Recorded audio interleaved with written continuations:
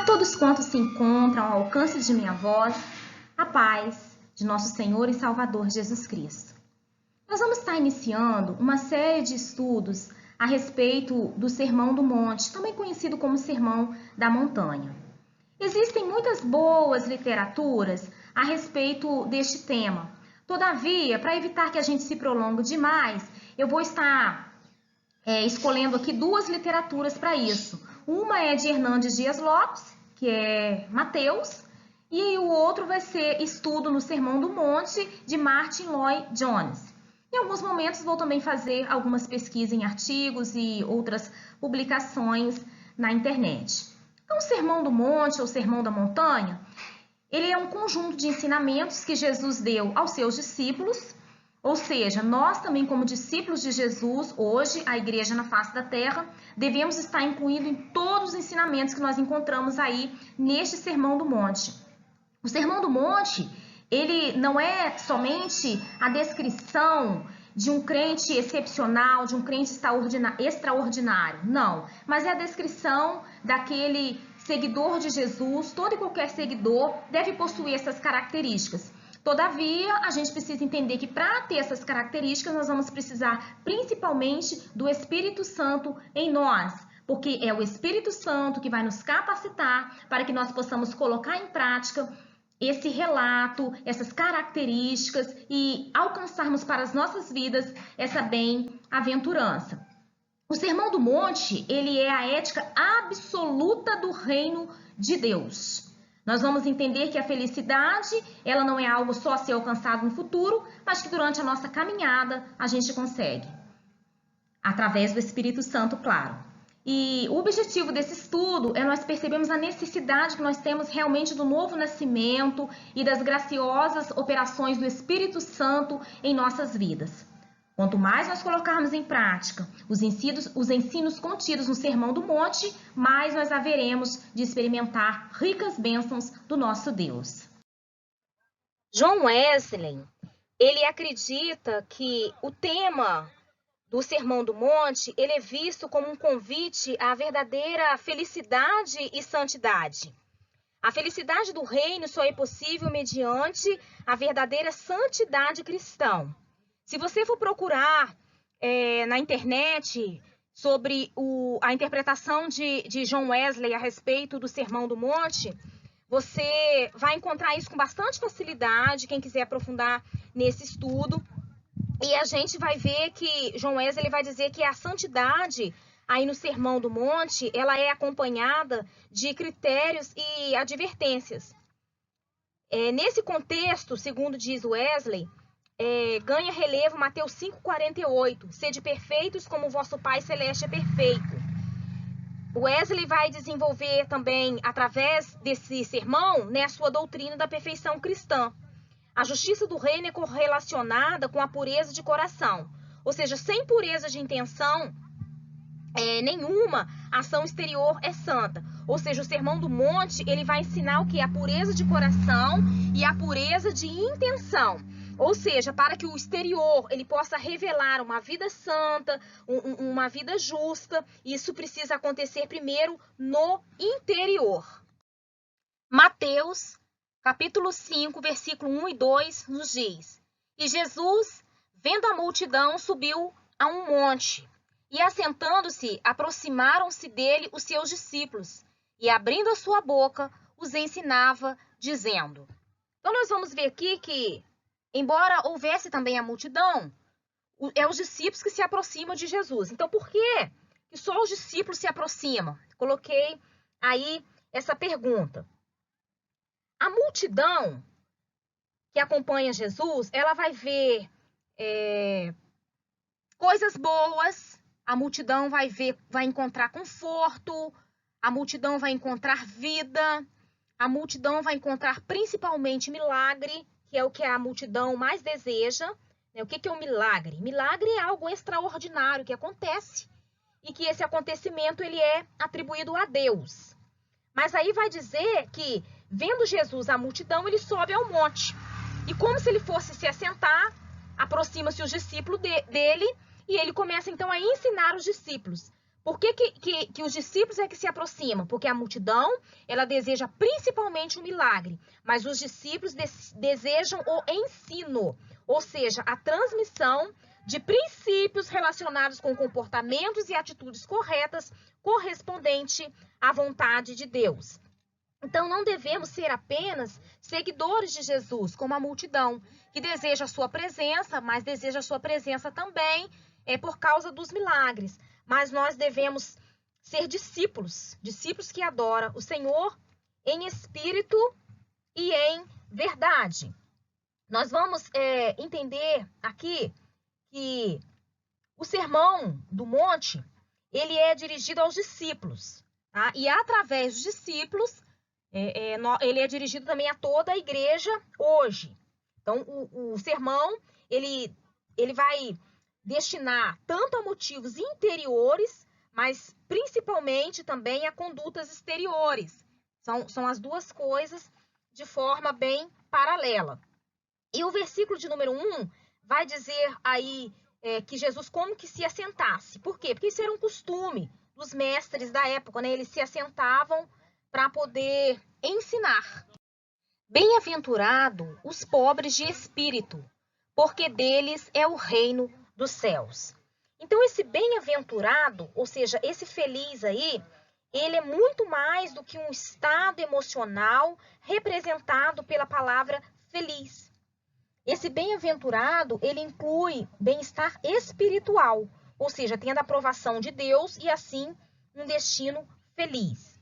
A palavra do grego que é traduzida aí por pobre de espírito, por humilde, ela vai significar um pobre, um carente, uma pessoa totalmente desprovida dos bens materiais, dos bens mais necessários, bem básico mesmo. Seria o que a gente conhece como um mendigo, que nada tem para exigir ou reivindicar. Então, em que sentido é usado essa palavra bem-aventurados pobres de espírito? Então, por que o pobre de espírito, ele é feliz, ele é bem-aventurado? Por quê? Porque o sentido de ser pobre de espírito aqui é o seguinte: feliz é o homem que se aproxima de Deus, consciente de sua total falência espiritual. E dessa maneira, ele vai o quê? Se agarrar à graça de Deus. A pobreza de espírito, ela não é a mesma coisa que uma pessoa com uma autoestima baixa. Jesus aqui, ele não está afirmando que as pessoas que pensam menos a respeito de si mesmas, elas são felizes. Não. A autoestima baixa, ela não é uma coisa boa, muito pelo contrário. A pessoa com uma baixa autoestima, isso é uma coisa ruim, tá? O sentido aqui é pobre somente no sentido que eles não dependem de riquezas materiais, eles não são possuidores apenas de riquezas materiais. Ser pobre ou humilde de espírito significa ter uma opinião correta de si mesmo. Vejamos o que nos diz Romanos 12:3. Porque, pela graça que me é dada, digo a cada um dentre vós, que não pense de si mesmo além do que convém. Antes, pense com moderação, conforme a medida da fé que Deus repartiu a cada um. Tá vendo? Então, a gente não deve pensar além do que nos convém, mas também não devemos ficar abaixo da expectativa. Então, não é aqui uma falsa humildade, como se a pessoa dissesse assim: eu não tenho valor nenhum, eu não sou capaz de nada, eu sou uma pessoa humilde, eu não alcancei patamares maiores na vida, eu não sou capaz de fazer nada. Não é isso. Ser pobre de espírito não significa ter uma vida espiritual pobre.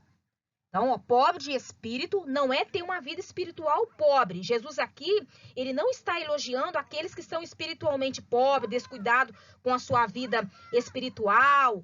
Nada disso, eu não sei qual é o meu chamado, não sei que dom eu tenho, não sei fazer nada para Deus. Isso aí não é ser pobre de espírito, não. Isso aí é ter uma vida espiritual pobre. Ser pobre em santidade, verdade, fé e amor, isso aí é uma grande tragédia. Não tem nada de louvável nisso. Então, Jesus, inclusive, em Apocalipse 3,17, ele vai o quê? Condenar a igreja de Laodiceia. Quando ele diz: sei que tu és infiel, sim, miserável, pobre, cego e nu. Então, ser pobre de espírito não é nesse sentido. Então, não podemos ser cheios do Espírito de Deus enquanto não formos esvaziados de nós mesmos. Então, é isso. Ser pobre de espírito é você reconhecer o quanto você é miserável por si mesmo e o quanto você é dependente da graça de Deus. E aí, o que o pobre de espírito ele vai ganhar? Então, bem-aventurados os pobres de espírito. Por quê? Porque deles é o reino do céu. Então, o reino do céu, ele não é nem geográfico e nem político. Isaías 57:15 nos diz: porque assim diz o alto, sublime, o que habita a eternidade, o qual tem o nome santo. Habito no alto e santo lugar, mas habito também com um contrito e abatido de espírito, para vivificar o espírito dos abatidos e vivificar o coração dos contritos. Então, isso é que é ser pobre de espírito. É você entender que você precisa de Deus e que, embora nós sejamos pequenos, Deus é grande em nós. Um exemplo, por exemplo, de humildade. A gente vai ver em Gideão, né, quando o Senhor lhe enviou um anjo para anunciar o grande feito que ele estava prestes a realizar, que ele vai o povo dos midianitas. Primeira coisa que Gideão fala é que aquilo seria impossível. Ele vai falar: eu pertenço à menor tribo de Israel e a menor família dessa tribo é a minha. Então, Gideão, ele realmente acreditava naquilo que ele estava dizendo, de que ele era pequeno realmente diante do grande projeto que Deus tinha para ele. Então, encolhendo-se diante da própria ideia de grandeza pessoal e das honrarias que haveria de receber, julgando que isso era algo simplesmente inacreditável.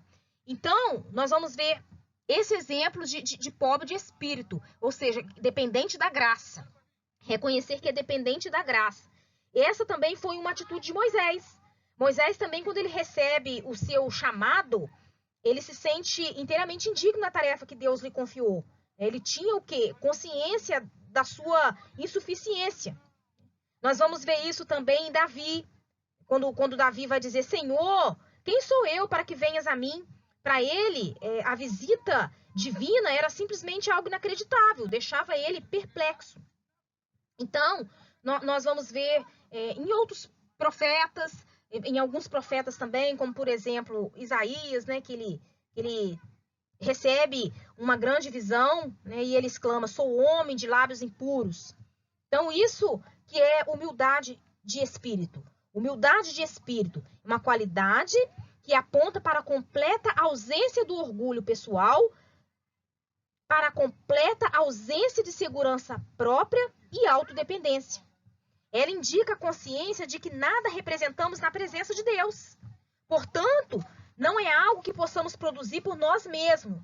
Não é algo que possamos fazer de modo próprio. Pelo contrário, é aquela tremenda tomada de consciência da nossa nulidade, do quanto nós somos indignos, quando chegamos a enfrentar Deus face a face. Isso que é ser humilde de espírito. Pobre de espírito. É por isso que nós precisamos nos esvaziar de nós mesmos, para que nós sejamos cheios do Espírito Santo. E sendo cheio do Espírito Santo, nós seremos bem-aventurados e o reino dos céus é nosso. Bem-aventurados que choram, porque eles serão consolados. Quem chora está triste. Então, como que pode ser feliz uma pessoa que está triste? Então, na verdade, o que esse versículo está tentando nos dizer é que felizes são os infelizes. Ou seja, a concepção de que felizes são aqueles que estão tristes, ela vai se opor a tudo que a gente conhece. A gente pensa o quê? Que a pessoa é feliz quando ela está alegre e não quando ela está triste. Então, toda a estrutura de nossa vida, a busca pelo prazer, a busca por emoções, né, a busca pelo tempo, pelo dinheiro, pelo entretenimento, é um desejo muito presente no nosso mundo hoje. O que as pessoas querem? As pessoas querem evitar dor, as pessoas querem evitar tristeza, querem evitar o choro. E Jesus, ele vem nos dizer aqui que felizes são os tristes. Ou seja, consolados serão os que choram. A principal ideia desse texto seria resumida da seguinte forma: bem-aventurado o homem que está desesperadamente entristecido por seu próprio pecado e indignidade. Ou seja, uma vez mais se torna evidente que encontramos aqui algo inteiramente espiritual em seu significado. Jesus ele não vai dizer aqui que aqueles que choram por qualquer motivo que seja de tristeza é que são felizes. Como se esse chorar aqui fosse um sentimento de pesar. Por exemplo, no grego, esse chorar aqui é como se fosse um lamento fúnebre, um lamento por alguém que morreu. Não, mas na verdade, essas bem-aventuranças elas se referem a uma condição espiritual, a uma atitude espiritual. A palavra choro aqui, como eu estou dizendo aqui que no grego, ele vai ser algo assim muito doloroso mesmo, muito profundo. Então, o que acontece? Eu estou chorando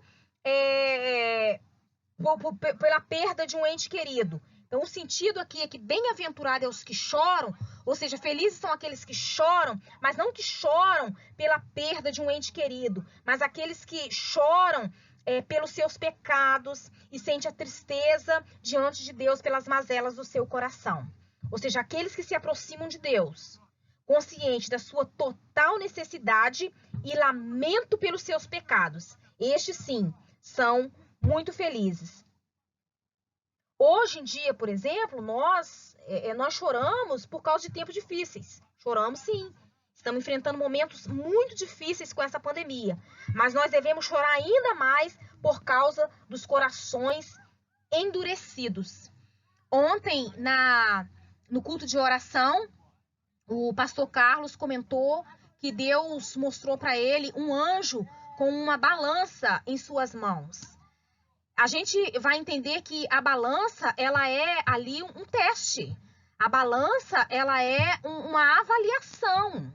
Então, nós vamos entender que nós estamos vivendo momentos em que nós estamos sendo avaliados. Deus tem a sua medida, o seu peso, e nós estamos sendo pesados na balança divina. Então, nós precisamos chorar, por isso. Não só pela tragédia, pela pandemia que alcançou o mundo, mas por causa do coração das pessoas que, mesmo diante dessa pandemia, continuam endurecidos. Para entrar no céu, não basta nós irmos à igreja, nós fazemos boas obras, fazemos caridade. O único caminho é você chorar pelos seus pecados, principalmente, e receber a consolação da graça em Cristo. Jesus ele vai nos dizer em Lucas 18:3, se porém não vos arrependerdes, todos igualmente perecereis. Só há um remédio que cura a doença mortal da alma, e esse remédio é o arrependimento verdadeiro e sincero diante de Deus. O homem que realmente chora por causa do seu estado, da sua condição pecaminosa, é o homem que haverá de arrepender-se. E, na verdade, ele já começou a se arrepender. E o homem que se arrepende verdadeiramente, em resultado da obra do Espírito Santo, é o homem que certamente será conduzido aos pés do Senhor, tendo conscientizado de sua extrema pecaminosidade e desamparo, para buscar um Salvador. E ele vai encontrar esse Salvador em Jesus Cristo. Bem-aventurados que choram por causa do pecado do mundo, do coração endurecido, mas principalmente por causa dos seus próprios pecados. Porque aquele que se arrepende e chora pelos seus próprios pecados, eles serão consolados, né? Quem que é o Consolador? O Consolador é o Espírito Santo. Então nós precisamos ser humildes de espírito antes de começarmos a sermos cheios do Espírito Santo. Quem é cheio do Espírito Santo? Quem chora pelos seus pecados? Chora ali pensando, né, não na tristeza do luto, né, não se referindo à tristeza do luto, mas à tristeza do arrependimento. Não porque você perdeu um ente querido, mas chora pela perda da inocência, pela perda da justiça, pela perda do respeito próprio. Então, quem consegue entender isso, chorar por essas causas, né, ele vai ter o consolo do Espírito Santo. Qual é esse consolo que nós temos? Nós temos a certeza, né? Nós temos a alegria de saber que os nossos pecados foram perdoados. Nós temos o prazer de termos sido reconciliados com Deus e sermos conduzidos até Ele. E que nós não venhamos, porventura, a nos desviar deste caminho santo, mas que nós tenhamos a alegria e a expectação da glória que nos foi proposta. Que nós tenhamos o regozijo que se deriva da antecipação do estado eterno. Nós haveremos de alcançar, né, o estado eterno com Deus, mas que na nossa caminhada, ainda hoje, nós possamos ser bem-aventurados, nós possamos ser felizes. Bem-aventurados mansos, porque eles herdarão a terra. Imagine os judeus ouvindo essa palavra. Com certeza, isso foi um contraste muito grande para eles. Por quê? Porque o judeu, ele se apegava ao poder militar de conquista. Mas a Bíblia vai dizer aqui que uma pessoa mansa, ela é submissa à vontade de Deus. Os mansos, eles são bem-aventurados porque eles herdarão a terra. Uma pessoa mansa, ela não se rebela contra Deus, ela não passa parte dos seus dias murmurando. Uma pessoa mansa, ela aceita a vontade de Deus de bom grado. É como diz Jó, temos recebido o bem de Deus e não receberemos também o mal? Então, uma pessoa mansa, ela é também como Paulo, que diz que ele sabia viver contente em toda e qualquer situação. Né? A pessoa mansa, ela está sempre dando graças a Deus, né? Sabendo que o quê? Que todas as coisas, elas cooperam para o seu bem. Uma pessoa mansa, ela tem controle de si, né? O domínio próprio. Uma pessoa mansa, essa palavra mansa aqui no original grego, ela se referia, por exemplo, a um animal domesticado. Um animal domesticado, vamos colocar aqui um pitbull. Ele é um animal super violento, ele é um animal forte, mas essa força ela é usada para o bem e não para o mal. Então, uma pessoa que não tem um domínio próprio, ela vai arruinar a sua vida e ela arruina a vida de quem está próximo dela também, dos outros também. Mas o manso não. O manso é aquela pessoa que ela morreu para si. É como se ela tivesse sido domesticada pelo Espírito. A mansidão é o fruto do Espírito. O manso está sob a autoridade e o controle de Deus. Ele vai obedecer qual rédea? As rédeas do Altíssimo. Então, alguns exemplos de mansidão. Nós vamos ver Ló e Abraão. Então, Abraão ele vai permitir que Ló, mesmo sendo mais jovem que ele, faça uma escolha, sem reclamar, sem murmurar, sem se queixar. Isso é o quê? Mansidão. Davi, em vários momentos, sendo perseguido por Saul, ele teve condições de vingar e até de matar Saul, mas ele não faz isso. O que é isso? Mansidão. Moisés, quando foge do Egito, ele foge porque ele matou, né, um egípcio. E a Bíblia diz que Moisés era o homem mais manso da face da terra. Né? Não porque ele já nasceu assim, mas ele se tornou. E ele se tornou por quê? Por causa da presença de Deus na vida dele. Assim deve ser o servo de Deus. Não que você, da sua própria natureza, você venha a ser manso. Mas você se torna manso por causa da nova natureza de Cristo na sua vida. Eu me lembro que num culto de intercessão, um pastor que estava ministrando, ele conta uma história, uma pequena ilustração. Nessa pequena ilustração, havia algumas feiras no convento e uma feira estava responsável por fazer a limpeza naquele dia e ela estava carregando um vaso de altíssimo valor. E aí, atravessando o corredor com aquele vaso, vem uma outra feira por trás dela, a empurra, ela tropeça e deixa aquele vaso cair. Então, foi dito para ela o seguinte, olha, a coordenadora virá e a supervisora virá e você será expulsa do convento, porque você cometeu um erro gravíssimo, uma falha irreparável. Então, ela foi, pôs-se a orar e a colega de quarto falou para ela, por que você não conta a verdade para a supervisora?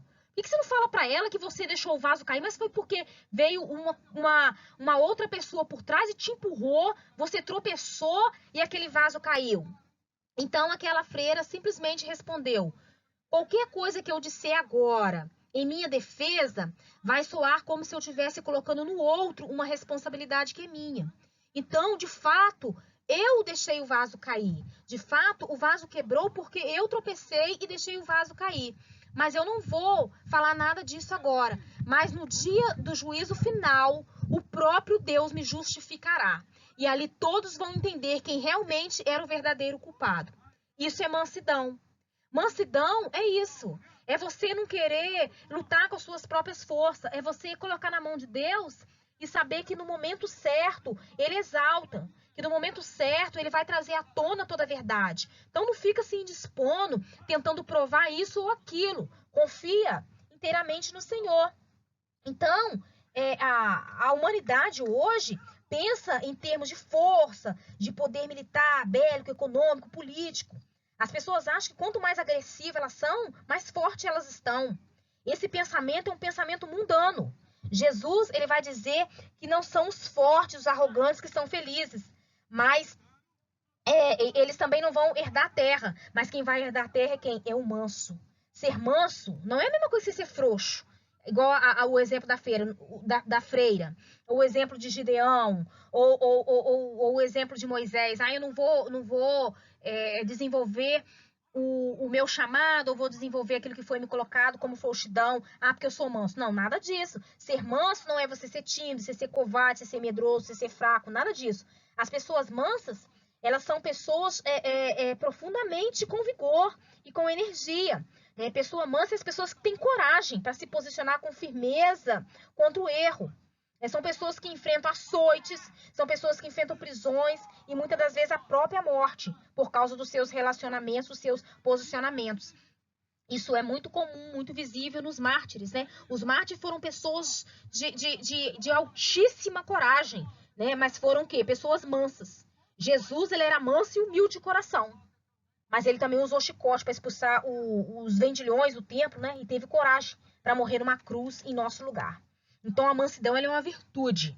A mansidão ela não é um defeito de covardia, de jeito nenhum. Ser manso não é apenas controle emocional externo. Há pessoas que ele até consegue, aparentemente, manter a calma, o domínio próprio, diante de alguma situação adversa, mas ela não consegue abrandar as próprias chamas da alma. Por dentro dela é como se ela estivesse num vulcão em plena erupção. Elas podem até não explodir, mas elas vivem o quê? Aparentemente calmas, mas na verdade elas não estão calmas. Não fazem o mal. São pessoas que às vezes não falam mal, mas até deseja. São pessoas que às vezes não fazem o mal, mas ela bem que se alegra no seu íntimo ali com o fracasso dos seus inimigos. Então, ser manso é aquele que tem o quê? Que tem a força sobre controle. Então, ser manso não é que você não é forte, que você não tem força, mas você controla essa força. Ser manso é ter domínio próprio. A Bíblia diz que mais forte é o que domina o seu espírito do que aquele que conquista uma cidade. Então, eles conquistam a terra, os mansos, não pelas armas, não pela força, mas por herança. A Bíblia vai dizer que bem-aventurados os mansos, porque eles herdarão a terra. O manso herda as bênçãos da terra.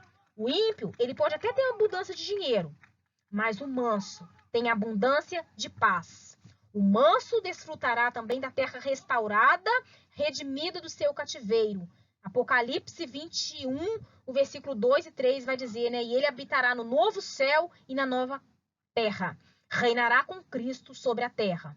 Então é necessário que nós venhamos a aprender, juntamente com o apóstolo Paulo, que a nossa norma de vida, ela precisa ser a seguinte, a mim me pertence a vingança e eu retribuirei, diz o Senhor.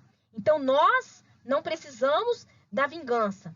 A gente tem que entregar as nossas causas aos cuidados de Deus. O Senhor é quem tomará a vingança, ele retribuirá.